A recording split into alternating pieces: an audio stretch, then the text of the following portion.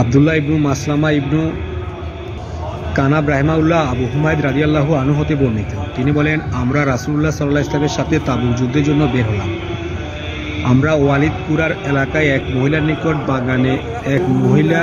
একটি বাগানের নিকট পৌঁছলে রাসূলুল্লাহ সাল্লাল্লাহু আলাইহি ওয়াসাল্লাম বললেন, তোমরা এর পরিমাণ ধারণ করো।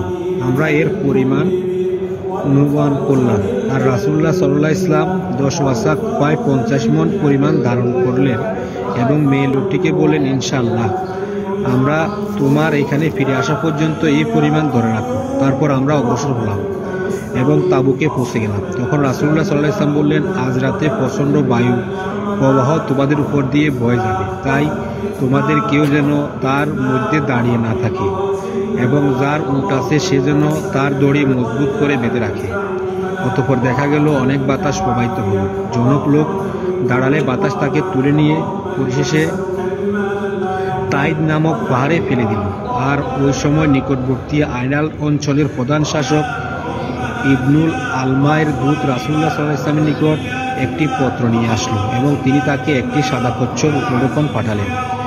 রাসূলুল্লাহ সাল্লাল্লাহু আলাইহি ওয়াসাল্লাম তার নিকট চিঠি লিখে পাঠালেন এবং তাকে একটি চাদর উপঢৌকন হিসাবে প্রেরণ করলেন। এরপর আমরা এগিয়ে চলতে চলতে ওয়ালিদপুরায় পৌঁছলাম। রাসূলুল্লাহ সাল্লাল্লাহু আলাইহি ওয়াসাল্লাম স্ত্রী লোকটিকে বাগানের মালিক তার সম্পর্কে প্রশ্ন করলেন যে তার ফল কি পরিমাণে পৌঁছেছে।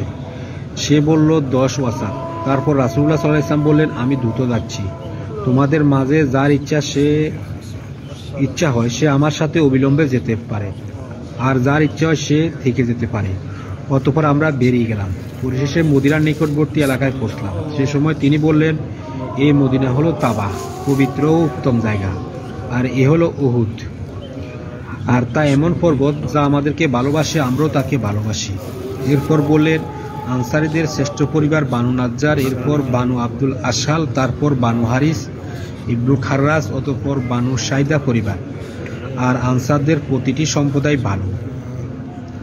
সাদ ইবনু উবাইদা রাদিয়াল্লাহু আনহু আমাদের সঙ্গে এসে একত্রিত হলে তার সম্প্রদায় আবু উসাইদ রাদিয়াল্লাহু আনহু তাকে বললেন, আপনি কি দেখেননি যে রাসূলুল্লাহ সাল্লাল্লাহু আলাইহি ওয়াসাল্লাম আনসারদের সম্প্রদায়গুলোর মাঝে ধারাবাহিকভাবে শ্রেষ্ঠত্ব বর্ণনা করেছেন এবং আমাদের সম্প্রদায়কে তালিকার শেষে রেখেছেন। তখন সাদ রাদিয়াল্লাহু আনহু রাসূলুল্লাহ সাল্লাল্লাহু আলাইহি ওয়াসাল্লামের নিকট গেলেন এবং বললেন, হে আল্লাহর রাসূল, আপনি আনসার সম্প্রদায়গুলোর শ্রেষ্ঠত্ব বর্ণনা করেছেন এবং আমাদেরকে শেষে রেখেছেন।